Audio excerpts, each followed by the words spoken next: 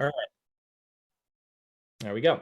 All right, so hey everyone, I expect a few more people to trickle on, but this is Sustainable Red Bank, which is a monthly program that we do at the Red Bank Public Library in partnership with the Environmental Commission and Green Team in Red Bank. We've been doing it for a couple of years. If you are interested, we've got a big backlog of videos on our YouTube page. We did like, actually one of the ones that I actually recently went back and rewatched was we did Gardens for Wildlife, because I own a house now and I can actually start doing stuff that gets like, makes my own yard more sustainable. So, but we got that. We have like recycling. We've got a bunch of other, we did recycling, or we had a guy from Bayshore Recycling come down and kind of talk about how the market works. Next month's topic is going to be on single stream recycling, because people get really confused about kind of what can go in to the recycling bins. So we're going to have Danelle Godek and Maria Rotolo from the DPU, and Danelle's with the Environmental Commission. They're going to be talking next month, and it's always on the third Tuesday at 7 o'clock. So thank you everyone for coming. Today we've got Kristina Bonatakis, who's also on the Environmental Commission. Kristina is going to talk about sustainable fashion. Just so everyone knows, this is going to be, it's going to be going up online, and it is going to be on Facebook Live.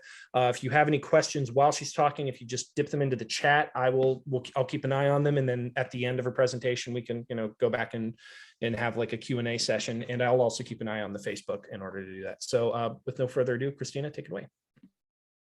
Absolutely. Thanks, Matt. Let me just start sharing here.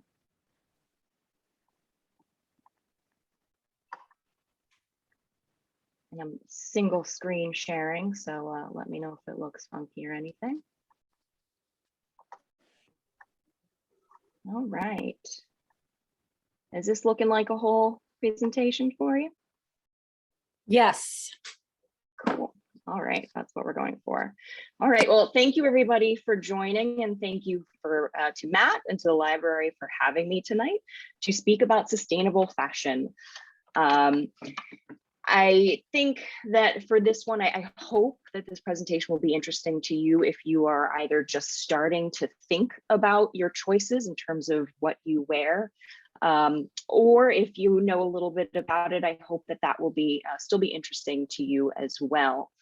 What interests me personally about fashion, specifically in relation to our environment, is the complexity of it. In fact, I would say it's almost on par with another interest of mine, which is food and our food systems, in terms of that complexity, as far as the inputs, the many dimensions that fashion actually touches with regard to our lives and its impact on the environment. Just like food, it's a global industry with incredibly long and lengthening supply chains. Also, it's changed a lot since the second half of the 20th century, which we'll get into. But there's another piece about fashion that I would assert makes it even more complicated to think about, which is that fashion, like food, but maybe even to a greater extent, is so much about how we define ourselves, how we see ourselves, and how we see others. What we wear has a really big impact on that, which makes this whole thing a pretty sticky subject.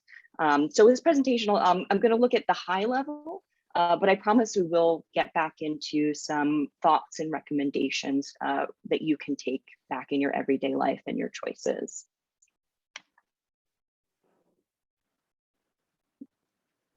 So a little bit about me, why the heck I'm giving this talk. As Matt mentioned, I am a member of the Red Bank Environmental Mission and Green Team. So that one's obvious. I'm into sustainability. But more than that, I wanted to do this because I actually have a long history with fashion. It's always been something I was interested in. I studied fashion design at the Fashion Institute of Technology in New York. And subsequent to that, I actually worked for about 7 years in consignment, so luxury consignment as well. So those two experiences took me everywhere from running around in the garment district to showrooms and into then the closets of some very wealthy women in New Jersey. So I've seen a lot of schmatas. but also kind of a wide range of what really goes on in the fashion industry, where our clothes start and where they end. I've also studied economics at Rutgers, which maybe lends that sort of bigger picture view to this subject. That said, I've introduced myself, but at this point, I should also make you aware that I am a liar, or at least I've deceived you a little bit. I titled this presentation Sustainable Fashion, but if I have any thesis here, it might be that those two terms together are really essentially an oxymoron. Sustainability, even though it's a nebulous term these days, we can probably say that it's about not permanently depleting or damaging our environment and our resources. Whereas fashion, now I don't take that to mean just our apparel, our footwear, the items themselves. What I mean by fashion and where this does not fit with sustainability is this sort of endless cyclical novelty seeking, always a new trend, a new taste to follow, which ends up with new commodities all of the time and more rapidly every day. That is, unfortunately, I would say, fundamentally at odds with sustainability. And we'll talk about that. Does that mean we can't have fun with our clothing? No, absolutely not. Does it mean that there aren't smarter choices that we can make? No. Does it mean that making apparel is a bad thing? No, absolutely not. There are ways that we can do that more wisely as a society, and we'll talk about that. But to give you kind of an image of fashion, what does it look like? This might be what you would see as the pinnacle of fashion, at least in the West. So this is a picture from Fashion Week. I think this one is in Stockholm, but certainly there are pictures like this in every major city in the world, at least twice a year, right? Beautiful people in beautiful clothing.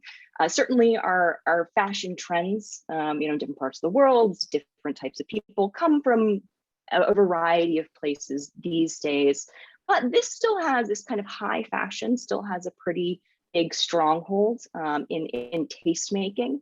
And I would say it still sits atop a hierarchy and increasingly complex industry, maybe even industrial complex.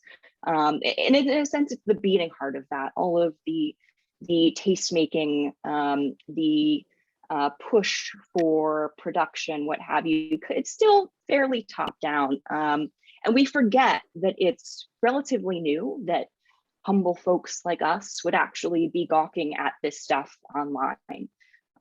Just to give some context on what has changed, because we forget, it's really only relatively recently that, fine apparel, anything that's meant to express oneself that is more than just a functional garments, that was really always the province of the very wealthy. It's quite novel that this is dispersed through other levels of society, also geographically to the extent that it is today. That's all fairly new. So, at one time, garments, things like this, high quality garments were really made by artisans. The French haute couture is still a vestige of that. But a lot of other events in society, developments, have kind of conspired to lead us where we are today. So it was just the wealthy at one time who always had new clothes, who were the arbiters of taste. But with the rise in the West of middle classes, advances in industry and production, even textile production as well, and then certainly communication mediums. So magazines, the internet, better marketing, right, to push new apparel, new trends all of the time, has really led us to where we are today, which is fashion, that sort of beast that I talk about, that novelty seeking, has really penetrated more deeply into society than ever before. And as we'll see, is also growing beyond our developed Western countries and into the developing world. There's also this sense of one-upsmanship and status seeking, trend following.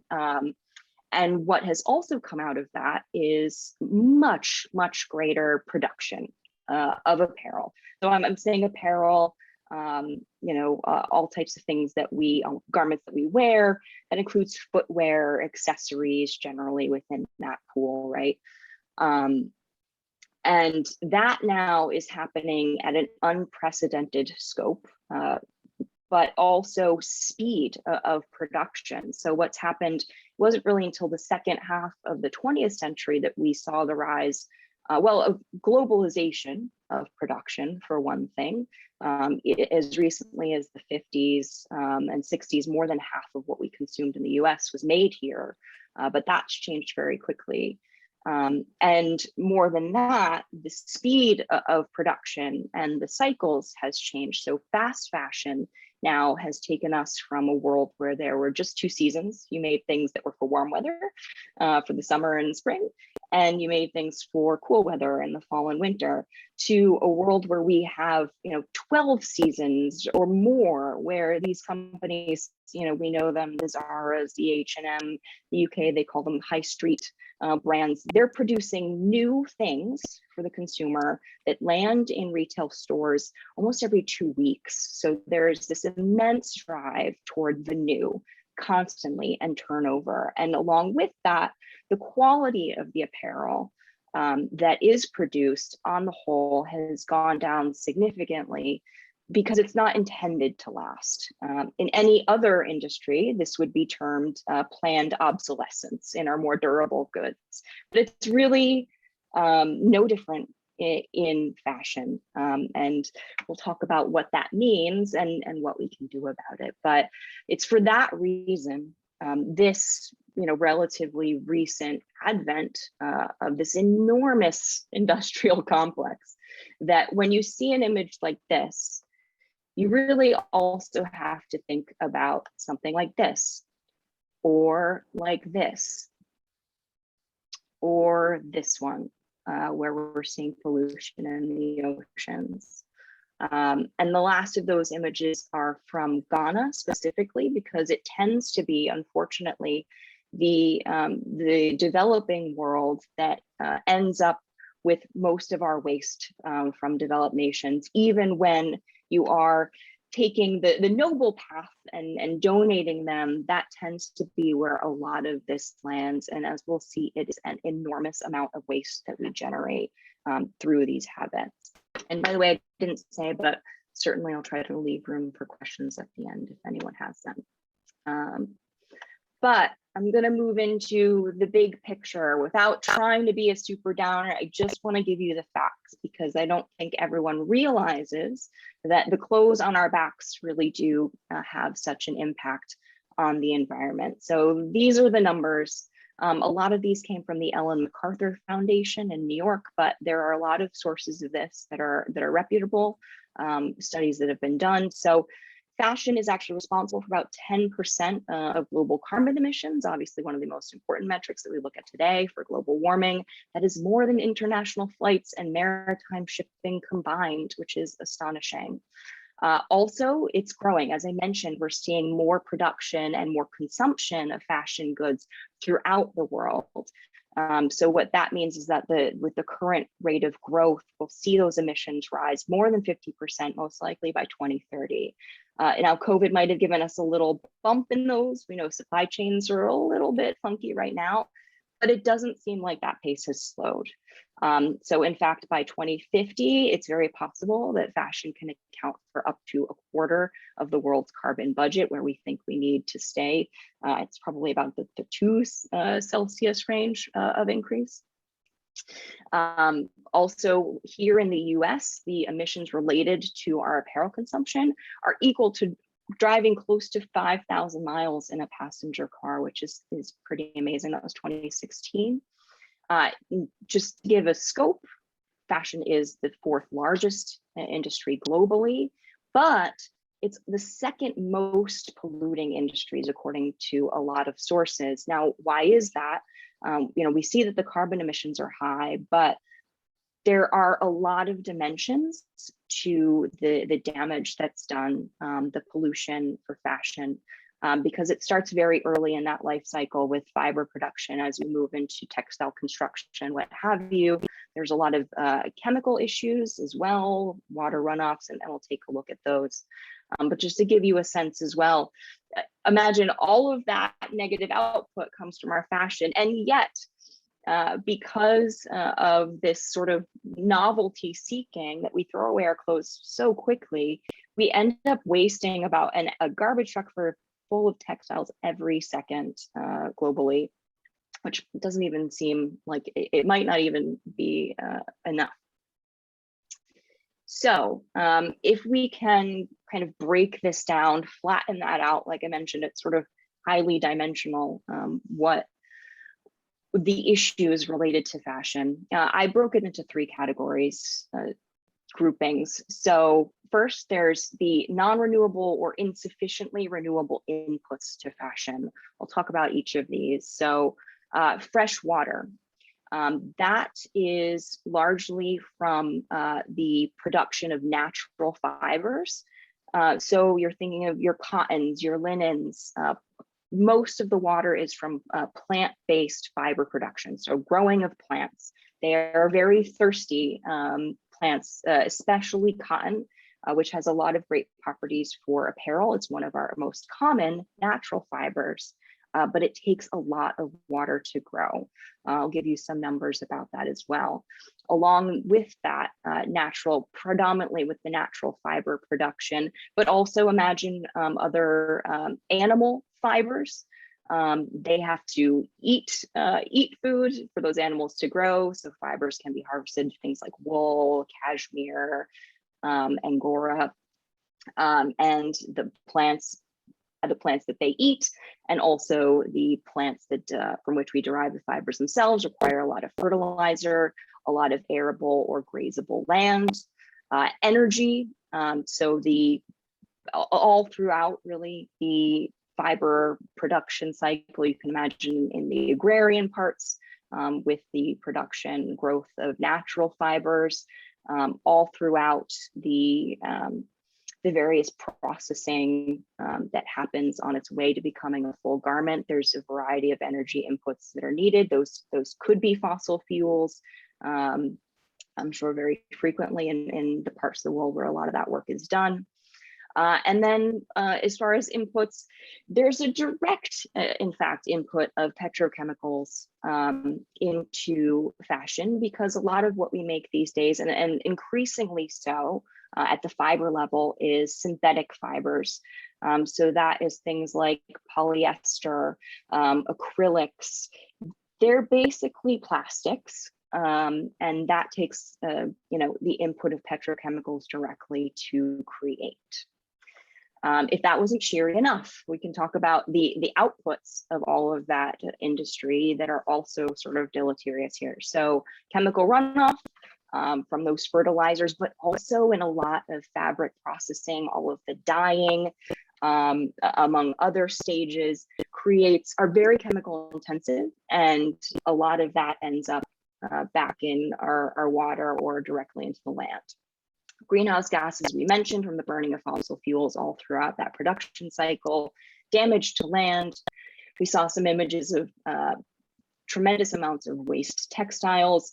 And lastly, when we use those synthetic fibers, we end up with microplastics. So when you wash something that's a nylon or a polyester or some synthetic blend in your humble washing machine, I'm afraid to say, what ends up happening is that very tiny pieces break off and end up in the water supply and in the oceans in the form of microplastics, which also then get eaten by fish and then end up back inside of us, which is all a little bit creepy. But that actually brings us perfectly into the sort of living and human element. So some of the other issues related to fashion and its production, are human problems. Obviously, with globalization, we've seen a lot of substandard working conditions for the people who make our clothes, that very large quantity that we seem to consume. So very frequently they are not paid living wages in the developing world, which is increasingly where these things are outsourced to. Worker safety, some of you read the news, I think it was 2013, the Rana Plaza incident, which was a collapse of a huge factory in Bangladesh. There really are safety issues for the people who are employed here. Also, the pollution, I showed you pictures from Ghana, but unfortunately, it is the developing world that gets the brunt of the pollution, whether it's through that chemical runoff or the wastes. And then there's also animal rights. Again, just like food, I see a lot of parallels there, but animal rights, both for those animals that are slaughtered for the purposes of clothing, of apparel. So we're thinking of certainly leathers, furs, things like that. Even I would remind anyone the humble silkworm. So if you like silk blouses, I know I do.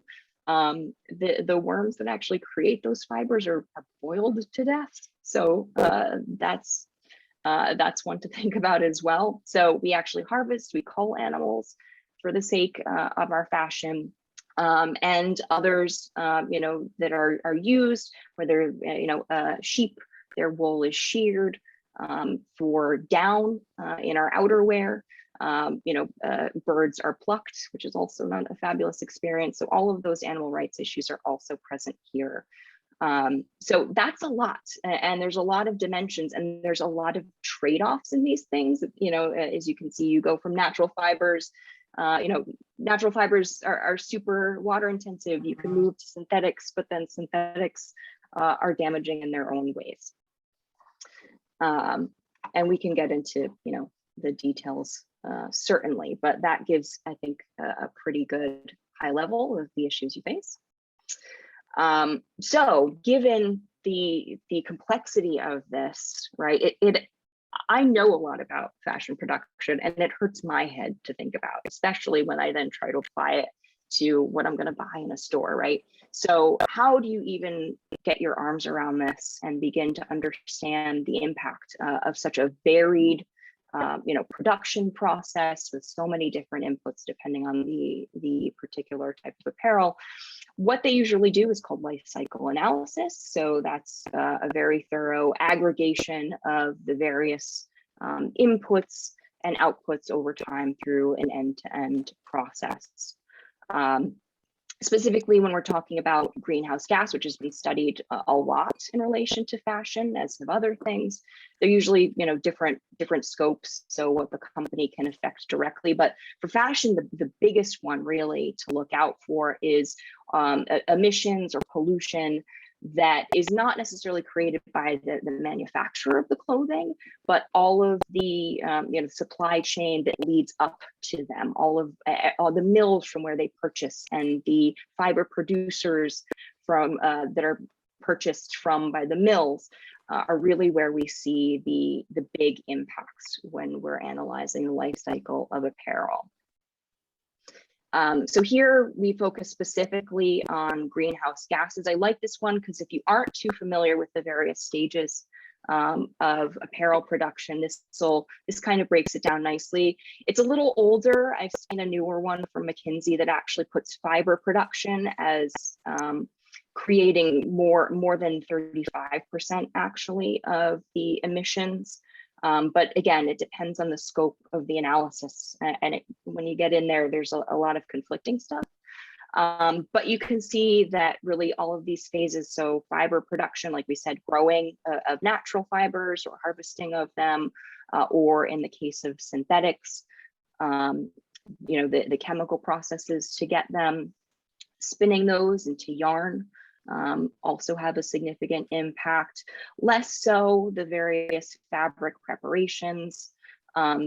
Knitting here is shown, but that could be knitting or weaving.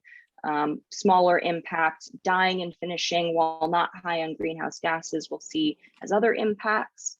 Other raw materials might be like all of the notions, extra pieces that are, zippers and fastenings that are added to create a garment, which, by the way, are frequently sourced from far-flung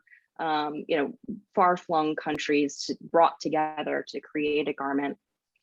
Actually sewing them up is not a significant part of the impact. Interestingly, I found anyway that both the packaging and the transport to retail was not that huge as far as the emissions. It's really all the stuff leading up to that.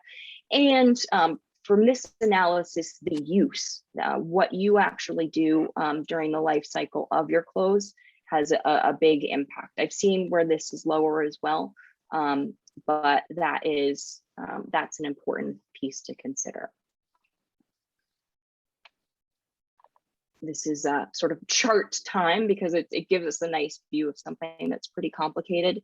This view instead is moving beyond just greenhouse gases into some of the other impacts that we mentioned. So, climate change from greenhouse, but also fresh water, other resources, general ecosystem quality. And also I like this because it considered human health and how each stage of, fashion apparel production really affects this. But you can say on the whole, like we mentioned, it's really those initial stages that bear a lot of that burden.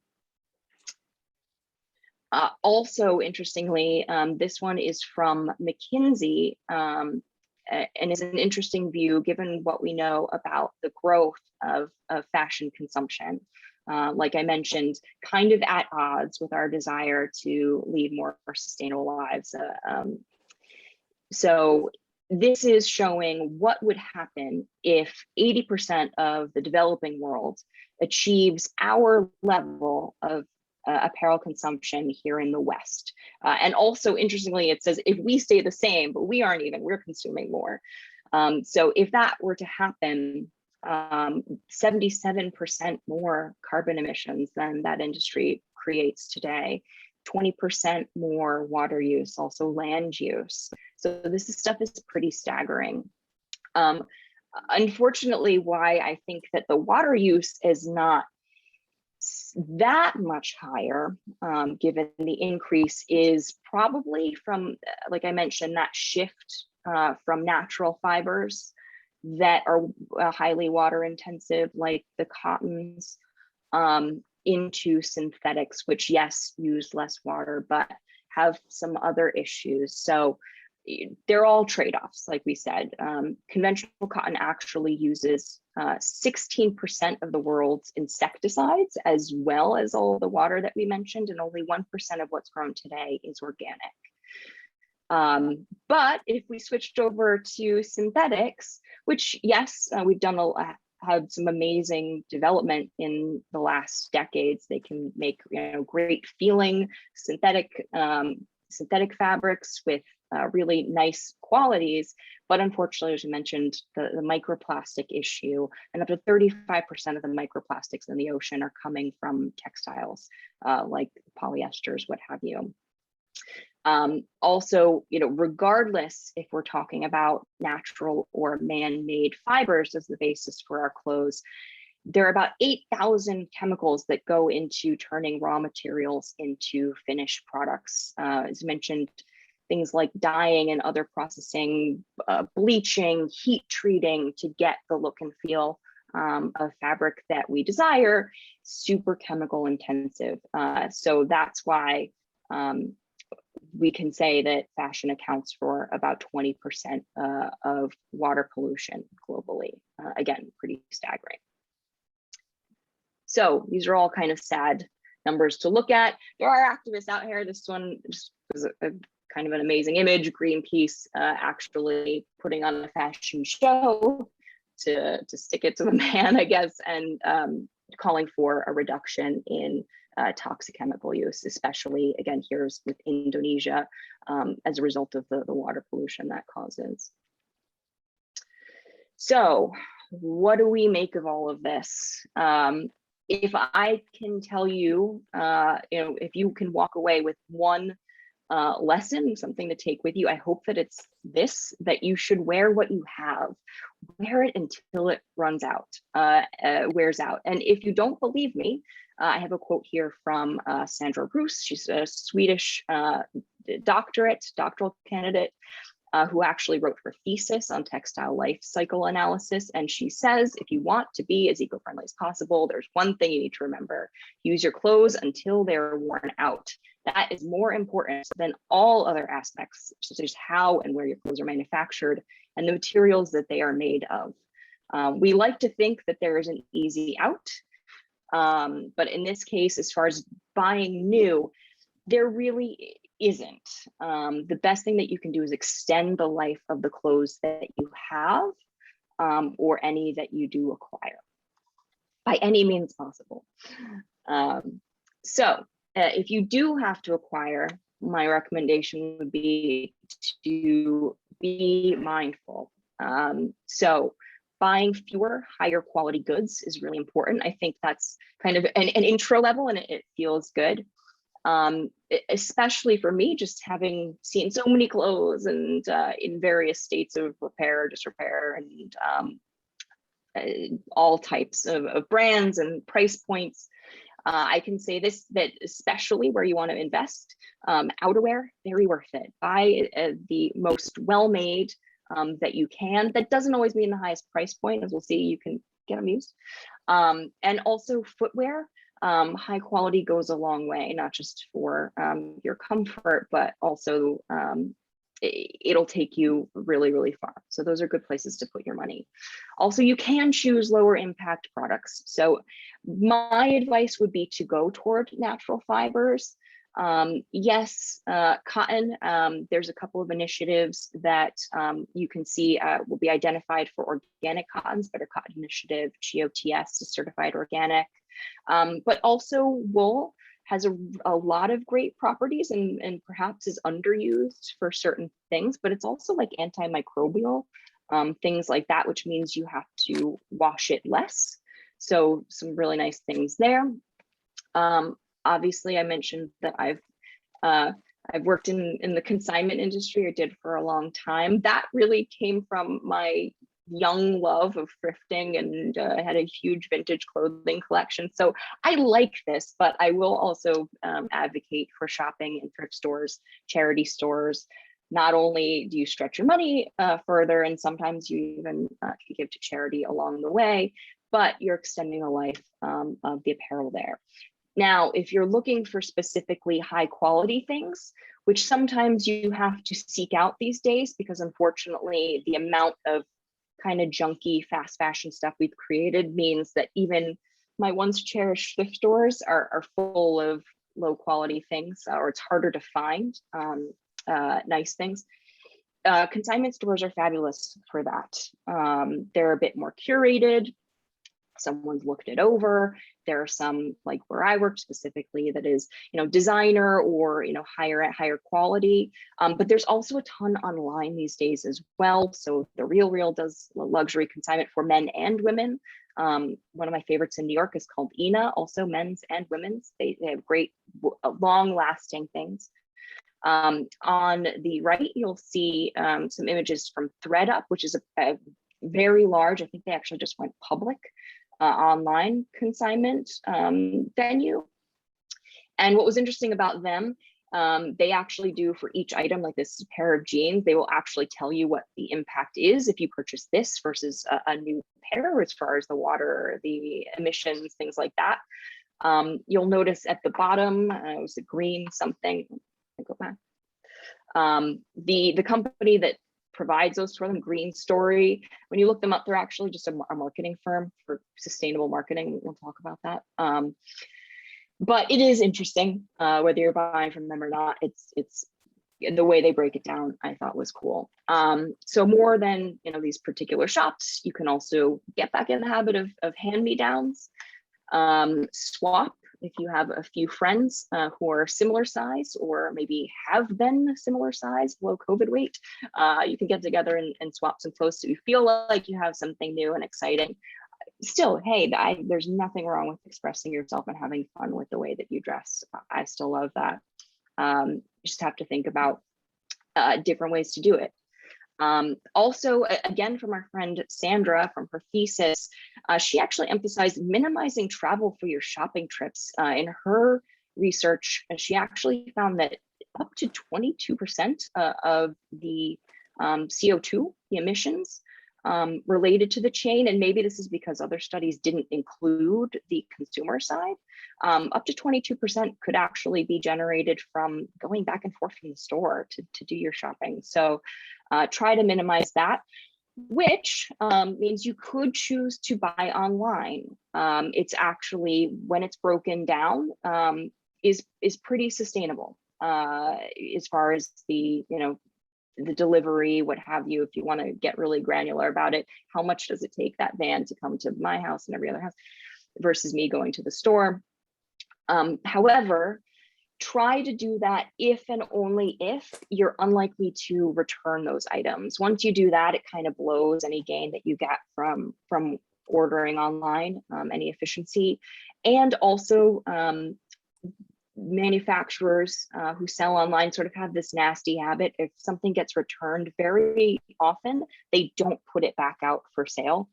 It's actually just destroyed. Sometimes it's just burned. Designers also do this sometimes with things they have left over in the season. There's actually one new company I heard of who's trying to be sustainable, is actually just in the business of getting those designer clothes and destroying them, but for reuse, so that the companies aren't worried about their intellectual property being stolen or something.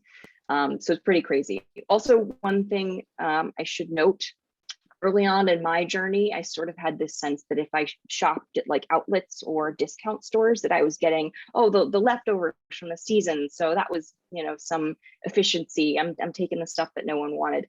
Just know most of those stores actually manufacture for places like outlets, so there's really no gain there. You're not minimizing any production by doing that. Other things to consider while you're shopping, if you are looking at purchasing new brands, look out for greenwashing. Obviously, you've probably seen this in other industries, but it is rife within fashion. These actually I picked because they actually turned up on my Instagram and Facebook feed recently, probably because I had Googled sustainable fashion too much, right? But I looked into them to see like what's really out there and what's behind this. The Sheep Inc. one, they sell wool sweaters. What got me was the claim that they're carbon negative, which I found really far-fetched. Looking into it, they went pretty deep into the explanation of their practices, and it was fairly thorough. It wasn't just like we use LED lights in our factory or something. It was the wool comes from regenerative agriculture and the way that they pasture the sheep. It basically, and also the production is powered by solar. Basically, the assertion is that, all in all, they're actually sequestering more carbon through their type of farming than they create, which might be true or almost true, but likely if you count the whole end to end, I highly doubt that it's zero waste. And also, this is buying something new.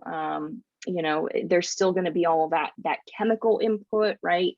Among other things, and just that opportunity where you could have saved something that was an existing item. The footwear one here was interesting, and I see that a lot. New materials.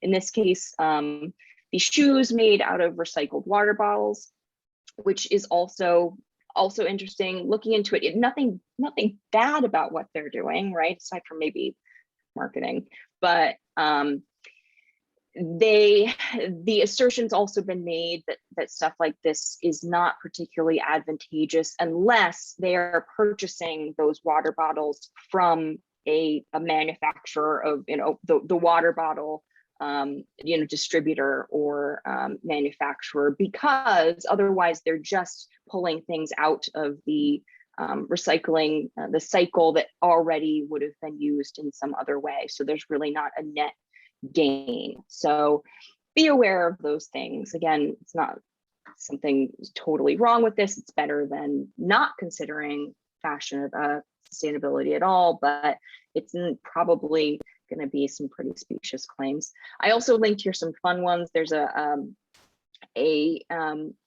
organization called the New Standards Institute in Fashion that is very brutal. This is a link in here to their Twitter.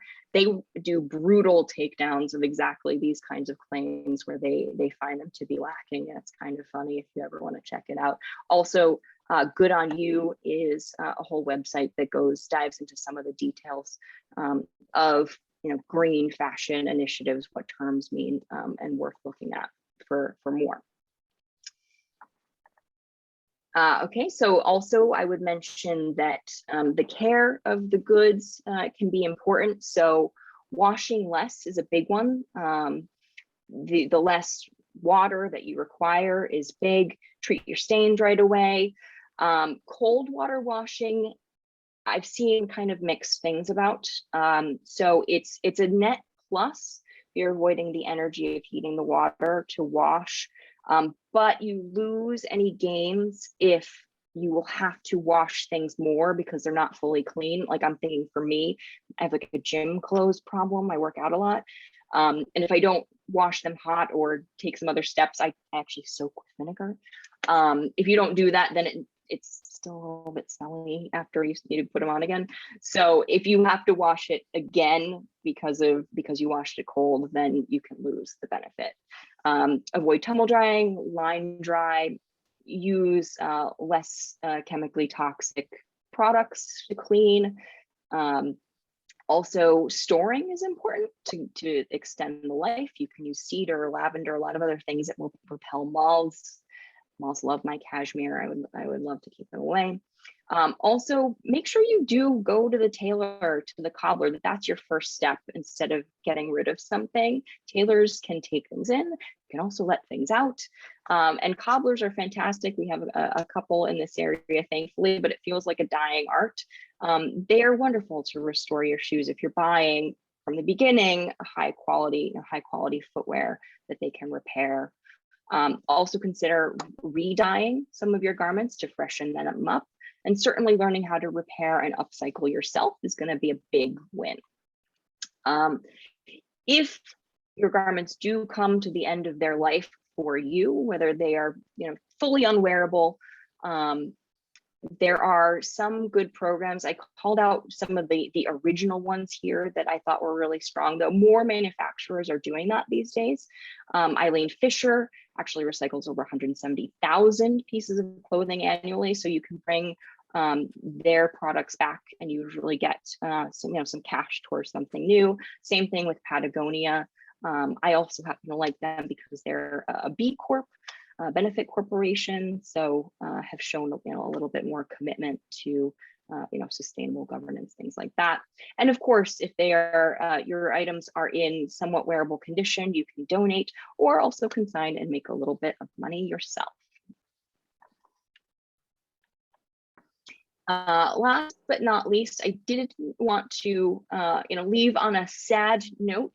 So I do have a slide here about the innovation that is happening to make all of these processes better. Again, my main point would be that endless novelty seeking in fashion isn't sustainable, right? But that doesn't mean we shouldn't invest now in better manufacturing processes and technology for the future. So what we do create and consume going forward has less impact. So there is a lot. It really is an amazing ecosystem of innovation. You can see there's a ton of novel material sources that are being researched and have actually been deployed in the market. All kinds of things, extruded kelp, biopolyester that biodegrades, using wildflowers instead of feathers is down, things like that.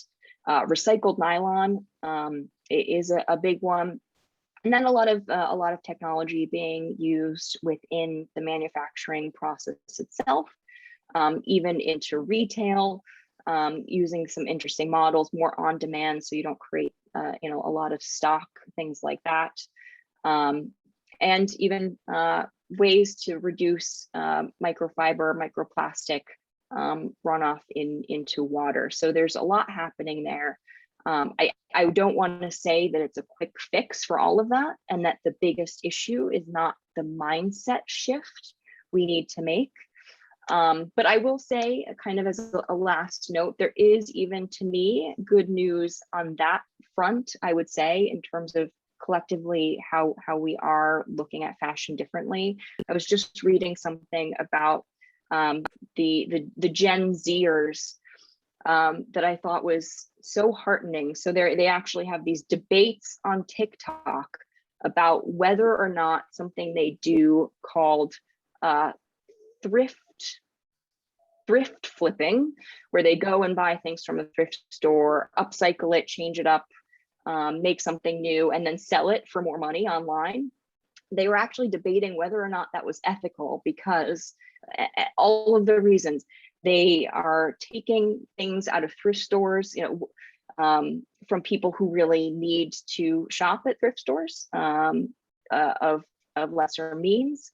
They were also considering whether they were taking things that were in larger or plus sizes and downsizing them, leading to less availability of plus sizes at a reasonable price point. And kind of all of it, was fascinating. But that generation is looking at it from that perspective, and that the degree to which they are considering all of those aspects in the way that they consume kind of, made my heart swell a little bit, especially coming from someone, like I said, who grew up loving thrifting and vintage and all of that, that not only that is alive and well, but that they are so very thoughtful. So I think that is where we are going to see, hopefully, the most change. And that is something I am excited to see very much. So thank you. That is it. I have some resources here. I can certainly send this as a PDF if anyone wanted the info, or leave that with Matt if there's pieces that you wanted to follow up with. And I do have some other fun resources for those that are interested. With that, if anyone wants to ask any questions, feel free to either type it in the chat or just turn on your mic.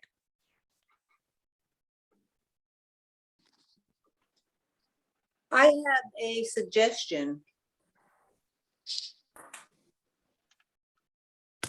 Sure, please.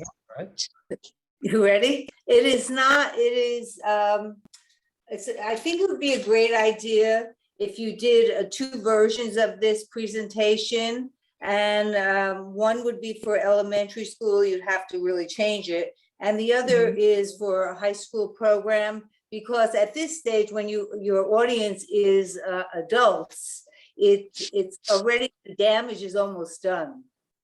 So I think that's something to think about when this COVID gets over, so you can do the assemblies. Yeah, no, I like that, right? Get them young.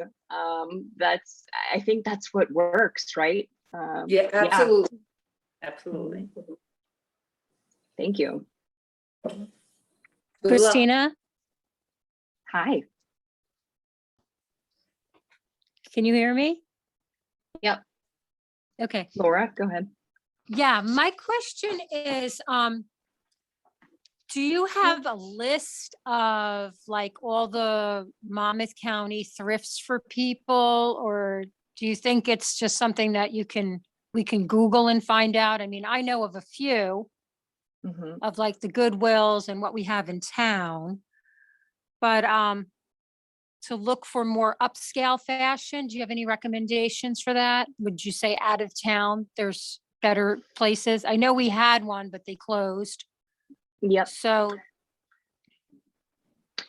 yeah, I can certainly add a couple of those here. Okay. Obviously, that's a particular interest of mine. I would say one that is effective for everyone. Like if you're talking high end, I have to say the Real online is really good if that's what you're looking for. But in terms of fun thrift stores that we have here, like where I find the goods, Yeah, absolutely. And that's like an ever evolving list in my own mind, because yes, that really is how I shop. I can honestly say that the only thing I don't buy used these days are like my socks and underwear. So I feel like I've gotten good at this to some extent. Yeah.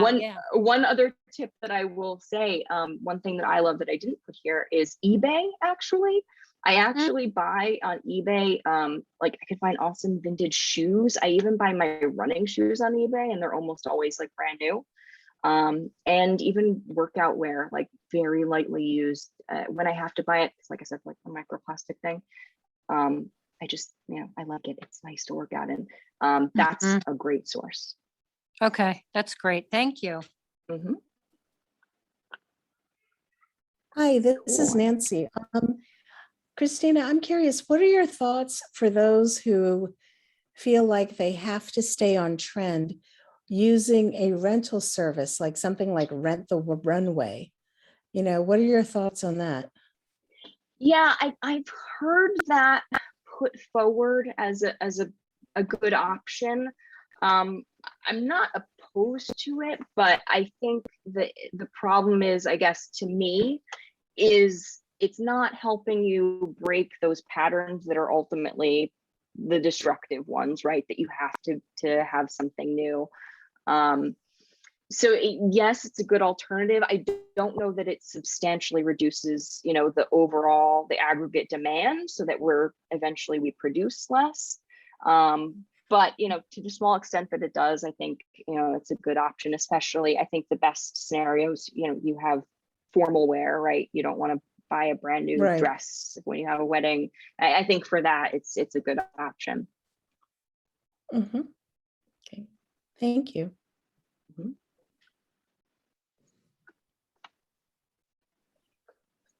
I've got one. So you mentioned, I think this was with the upcycling, or the B Corporation. And if anyone isn't, like, the B Corporation has a different type of charter, if I understand correctly, where they actually, because a lot of corporate charters require you to do what's best for your shareholders. And a lot of the time that means that companies just can't legally actually do sustainable stuff if it affects their bottom line. But B Corps have it in their charter where they can do stuff that isn't necessarily the best for shareholders if it is beneficial to, like, the community or the environment or something like that. And I know that I was really interested in those a while ago, but I kept trying to find places that were B Corps that I could, like, I know that, like, some breweries are B Corps, but most areas there doesn't seem to be B Corps. Like, it just hasn't really penetrated that much. And I was wondering if there are places you could, like, if there are like sellers and stuff that are B corporations, so you can maybe look at them a little bit closer, or is that something that's hasn't quite made it into fashion as much yet? Yeah, Patagonia is like the big one that I know of. I frankly, I don't think I know of any others that are. I'm sorry, I think Athleta was, but I believe they might have been acquired by the Gap. So I think that might not be the case anymore. But yeah, I think it is sort of rare. I frankly don't know any others off the top of my head. Thank you. I actually didn't realize Patagonia was, so that's great news, because I actually already used it. So. Do we have any more questions? What's a B Corp? It's sorry, go ahead, Kristina.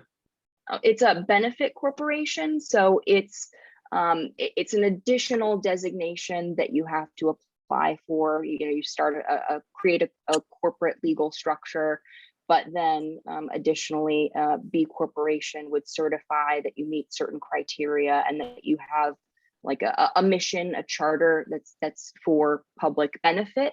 And that is, to Matt's point, what you are aiming toward, as opposed to simply, shareholder profit maximization. Thank you. Is it called? All right. So the B stands for benefit. Yep. So it's capital B. Okay. Never heard of it. Thank you. Yeah. There is a website, Maureen, where they have, like, I believe, because B Corp, it is I don't know if it's a nonprofit or something, but they actually have just lists of all the companies that are B corporations. Oh, okay. Thank you. And I just wanted to mention, so Barbara posted in the comments that Teva takes back their sandals, and she just recently saw this on their website. Teva? Yeah. A lot more companies are That's doing that. amazing. And I think Nike also takes back sneakers, I think from any brand. But a lot are also creating programs, circular programs for their own goods.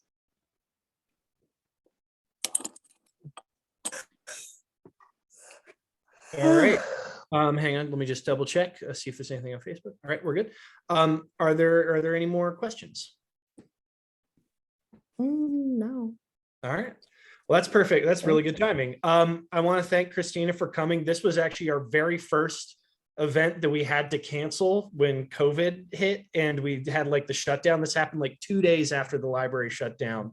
And so and we've had people asking about sustainable fashion for basically as long as we've been doing this. So I really appreciate you doing this, Kristina. If anyone wants to, we will be posting tomorrow this recording on YouTube. It's already going to be up on Facebook. It normally takes a minute to process after the Facebook Live is done. But please feel free to share it, because I know there were plenty of people who are interested and couldn't because they're putting down kids at this time of day or stuff like that. So but thank you again, Kristina, and thank you everyone for attending. Just a reminder, we are doing this again next month, third Tuesday. I'm not sure what the date is off the top of my head, but it is single stream recycling, and it is going to be focused on Red Bank. So if you're in Red Bank, then it's going to be very informative and very useful. But thank you everyone again. And Thank thank you you, very much. Christine, it was Thank you. great. Thank you so Thanks for all much. your work. Thanks, Thank Thank you, Matt. Christina. Thank you. Good Good night. job. Thank you so much. Thank you. Good night. Good night.